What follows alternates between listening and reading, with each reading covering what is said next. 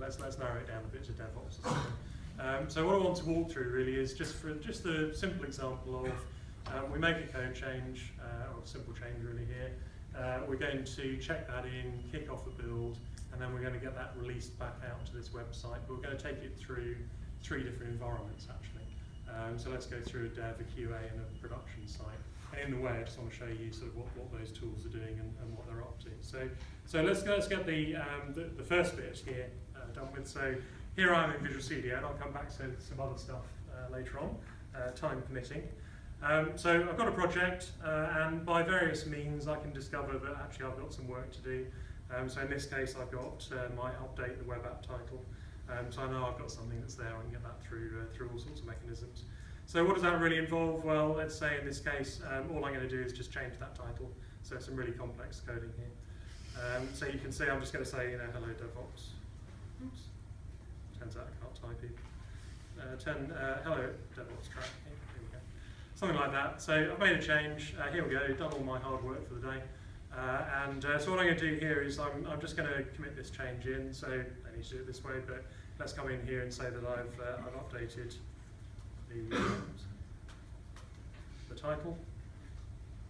And don't need to go through it this way, but I've just committed that locally, and I'm just working with a local Git repo. I may make multiple changes, different branches, all that kind of stuff as a developer. At some point, then I'm going to be ready to actually push this up into my collaborative repository, which in this case is Visual Studio Team Services.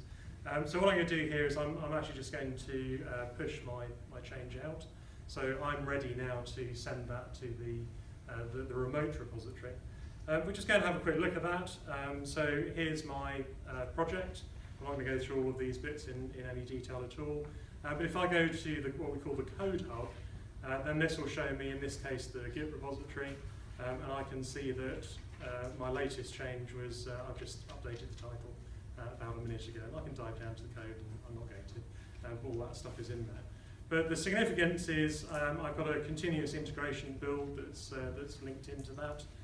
So there's a trigger. So if I come in here, have a look at my queued builds in this case, and actually if I just bring up the build agent that it's running, that's running in the background. Okay, no, it's not. Sorry, it was working when I sat over there. That must have been something weird. Let me go in then. So let's go and start up the agent.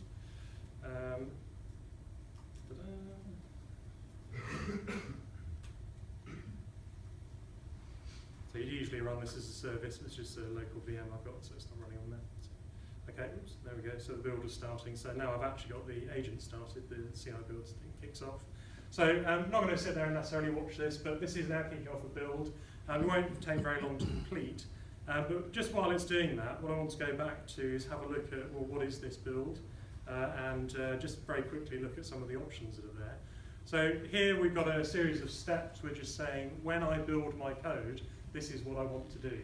And you're defining a series of steps, and you can move these around and delete them and all sorts of stuff like that. But the key thing is that you can build up your custom build. And when I come back to particularly the point about being sort of open and extensible, if we look at these tasks, admittedly more by merit of the alphabet, but if we look at these tasks, then at the top here, you'll see there are some very non-Microsoft-y things. So we've got cross-platform build agents, but we'll also support building other platforms, Android, iOS. We've got support for Ant and Maven if you're a Java developer. These are also relevant for the latest of our technologies actually, but packaging and tool managers like Grunt, Gulp, Bower, we support all of those kind of things, as well as Microsoft-y stuff like MS Build and Visual Studio Build. We've been working with partners like SonarSource to make sure that we can put technical debt information into SonarQube. And all of these tasks, or if I just go down a little bit further, other partners like Xamarin, who take .NET, principally C# code, and help you produce cross-platform mobile applications, as well as things like Xcode for iOS support. So these are some of the tasks that we're providing out of the box. All of the tasks that we provide there, we publish to GitHub, so they are open source. You can extend them, use them as reference, and you can also extend this list yourself. So whatever you want to do in here, you can do. And an easy sort of other area would be just if you can script it, then you can put it in the build system. So if that's PowerShell, command line, if it's Unix-based Bash shell script, that kind of thing. So as long as you can, it's scriptable, it can be included as a step. And what we'll see in a bit as well is we can also include tests. So when we come on to release in a moment, we'll also want to show the testing. And we can also integrate in with packaging systems. So one of the drivers we're seeing is that how do people share code libraries inside the organisation. There may well be something like NuGet, but we're also supporting sort of CocoaPods, NPM, other systems as well. So how do we actually collaborate at a code sharing level as well? So it's a whole load of tasks you can put in here. You can decide on things like trigger points. So I've just made this continuous integration, but it could be a scheduled build. Let's do a build every night or whatever that's going to be.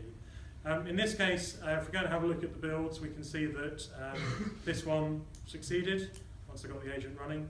I can see the results. So I've got some unit tests and pass.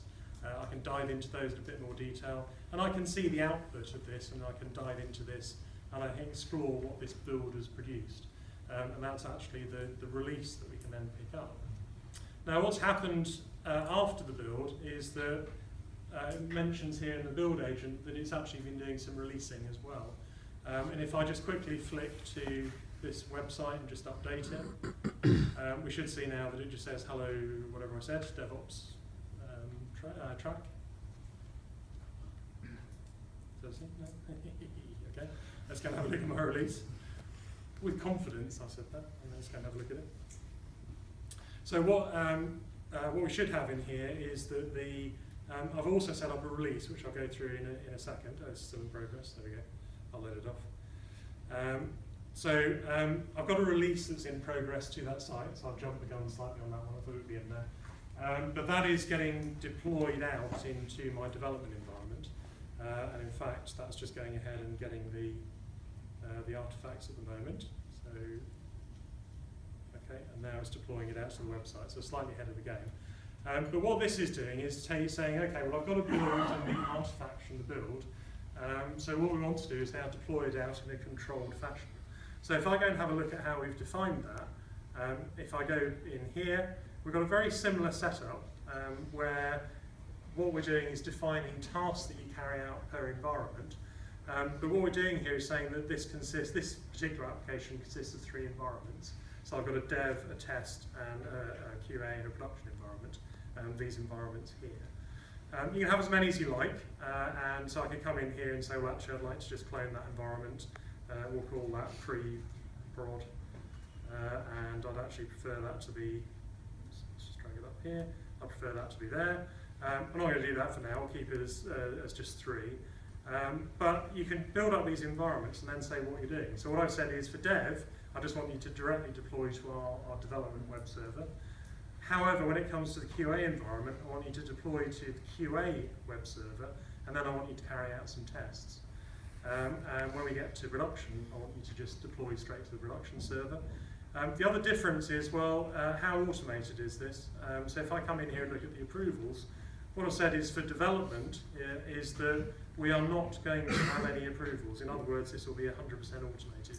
So just deploy this to the development environment, which is what I hope is happening in the background. Let's just try that one more time. I suspect we'll finish there we go. So that has deployed in the background. I'll show you that in the log in a second. But what I've also said is that I do not want it to go to the QA environment until somebody or a group of people or some other conditions are met. In this case, it's very simple. I've just said until I approve it, it doesn't go to QA. So coming back again to that sort of governance piece is, yes, it's great that we could deploy very rapidly, but what we want to make sure is we don't necessarily want to deploy to production. And you may well have other stages in between. So you can have pre and post deployments approvals. So if I have a look at, in this case, it's the, let's go to, I've actually just given these slightly different names. So this is GW Web App QA. We don't need to go there, just go to the home page. If we take a look at that site, then that will be on with the old title, so it should just say Hello London when that comes up. Because we haven't yet given it permission, so I just want to check that's the case, make sure I'm not lying, and then I'll go back to that.